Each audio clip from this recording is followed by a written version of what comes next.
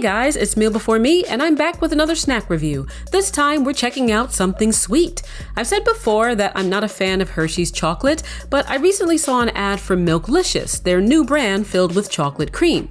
I wanted to review it for you, but my grocery didn't have it, so I hopped on the web to find a store that does and discovered something amazing. Hershey has its own online shop. I had no idea you could buy products from their brands directly from them. And you don't have to do it in bulk. You can actually buy individual items for prices similar to what you see at the store. The best part is they have tons of items that are otherwise hard to find or that are exclusive to their website. Now, they didn't have the individual Milklicious candy bars, which is what I was looking for, but they did have even more interesting treats I wanted to try. So I'm going to be reviewing 13 snacks from Hershey brands, and like all of my snack reviews, I won't be nibbling on things in real time like in my food reviews. I'll be trying them, then giving you my thoughts on each one over the footage. Starting with the ice cream shop, which are candy bars with flavors inspired by ice cream. I decided to get 5 of them: cookies and mint, chocolate hazelnut, salted caramel, strawberries and cream, and cotton candy. And guys, I take back everything I said about not liking Hershey, because every single one of these not only tasted great, they smelled fantastic. Like delicious scented candles without the smoke and chemicals. The cookies and mint tasted just like mint chocolate chip ice cream. It was creamy,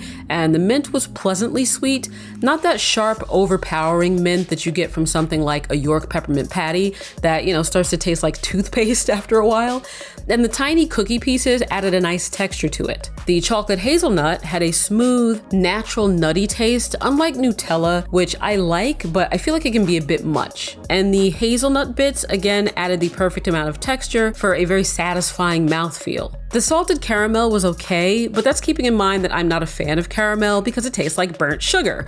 But the bits of like crunchy, flaky toffee with little pops of salt made me like this one way more than I thought I would. I wouldn't buy it again, but I'd eat it for free. Then I tried the strawberries and cream, which smelled more natural than it tasted, but it still tasted great because it was definitely more like strawberry ice cream than like strawberry candy. It had that hint of vanilla that you'd associate with strawberry and cream. And finally was the cotton candy. I wasn't sure what to expect with this one, but setting its unnatural yet very appealing color aside, it had a fruity smell and taste to it that was really nice. Kind of like blue raspberry, though I'm not sure what it's actually supposed to be because the package doesn't say. In general, I love the ice cream cone designs on these, and the fact that they added them on an angle rather than going with the typical rectangles or squares.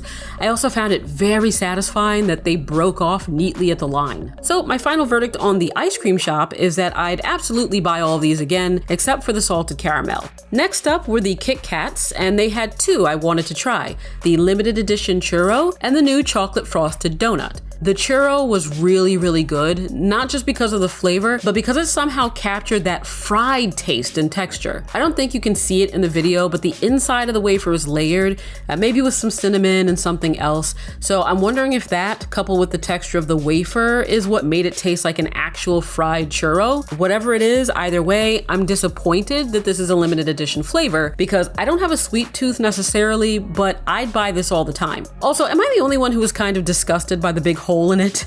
Let me know in the comments. The frosted donut one, I didn't like. After chewing it a bit, it did have a hint of that donut flavor to it, but the taste overall wasn't distinct enough that I'd associate it with the frosted donut if you didn't tell me that's what it's supposed to be. And on its own, I'm just not a fan of the way the chocolate portion tastes, so I definitely wouldn't buy it again, but I can still see why someone would like it, just someone who's not me. Next was the snack cake, which I've never seen or heard of before, just like the ice cream shop, but it's chocolate cake with a layer of Reese's peanut butter on top and coated with chocolate. I didn't expect it to look like a log, but the form factor made it feel, I don't know, more decadent, I guess. But when I tasted it, I immediately thought of those tasty cake peanut butter cakes, which aren't my favorite thing, but in this case, I suspect that this would taste really good if you bit one end off and let ice cold milk soak into it. I'd try that out, but I don't have any milk right now, so I will leave it to you folks. If you happen to have this, pour in some milk, let me know how it goes. Next are the Reese's peanut butter cups,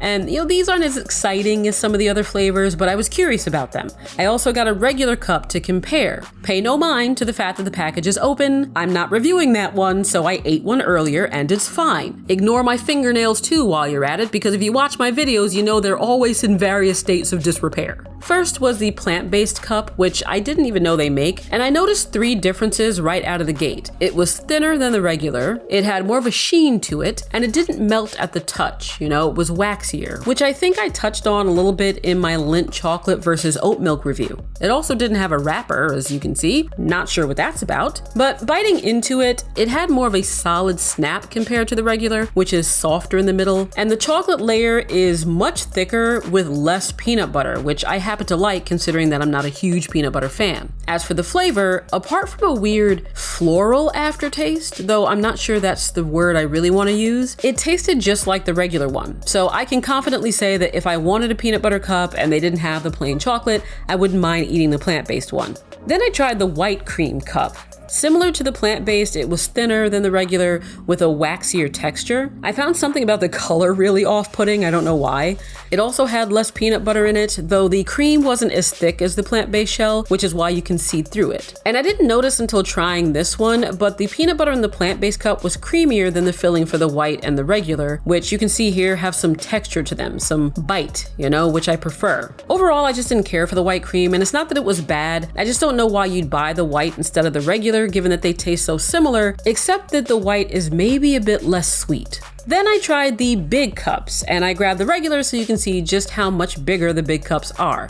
I tried the caramel first, and I hated it, okay? As soon as I bit into it, I wanted to let it fall back out of my mouth. It's just a regular cup with a layer of caramel on the bottom, and I find caramel disgusting, so I'd never buy this again. And even setting aside my hatred of caramel, it doesn't mesh well with the peanut butter cream, not in flavor or texture. I don't know, this is just for people who really like caramel. That's what I'm gonna say, because it doesn't work well as a peanut butter cup, but maybe that's just me. Then there's a one with potato chips, which I was excited to try because one of my favorite snacks to make used to be chocolate dipped Ruffles. So I wanted to see if this brings any of that salty sweet magic to the table, and sadly it doesn't. First of all, it was nearly split open with some of its cream spilling out. I don't know if that's because something about the peanut butter cream wasn't blended well here, because it looked oily as well, almost like it wasn't properly emulsified. But biting into the side that wasn't gross looking, the tiny chips they included were too small to see or taste, so I didn't get that salty potato goodness that I get from an actual chip covered in chocolate. It just tasted like a regular peanut butter cup, except for one thing, the texture. I definitely bit into crunchy flakes, which was kind of surprising because I wasn't sure how potato chip pieces would hold up in the peanut butter cream. I figured maybe it would be not necessarily soggy, but soft, and this definitely wasn't.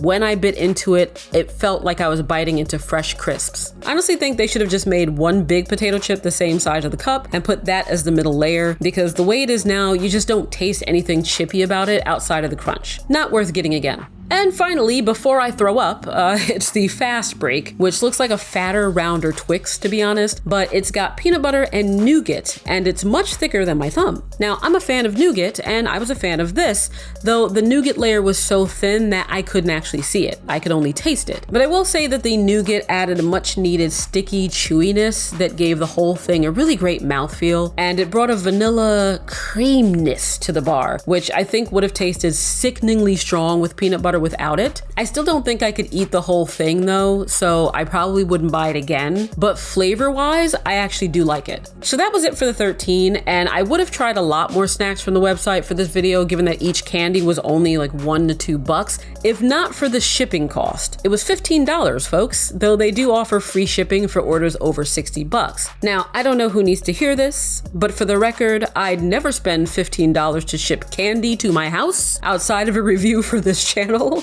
So how's about you pay me back by liking the video and subscribing if you haven't already, since I'm trying to reach 500 subs by the end of next month and 1,000 by the end of the year. Also like the video because I accidentally scratched myself in the face just now and it hurt because my nails are sharp. Oh, if you're wondering about the delivery, by the way, I ordered it on a Saturday and it came that Wednesday in a plain box from FedEx. Nothing fancy, no insulation. It was just all the bars tossed into a plastic bag and then tossed into a box. Anyway, I'll link to the Hershey store in the box in case you want to shop for some treats. Easter's coming up, so you might find some goodies for that. And if you're new here, hi, I'm not sponsored by Hershey. Let me know if you've tried any of these before though, and if you like them. Thanks so much for watching MBM, and I'll see you snackies when I'm backies.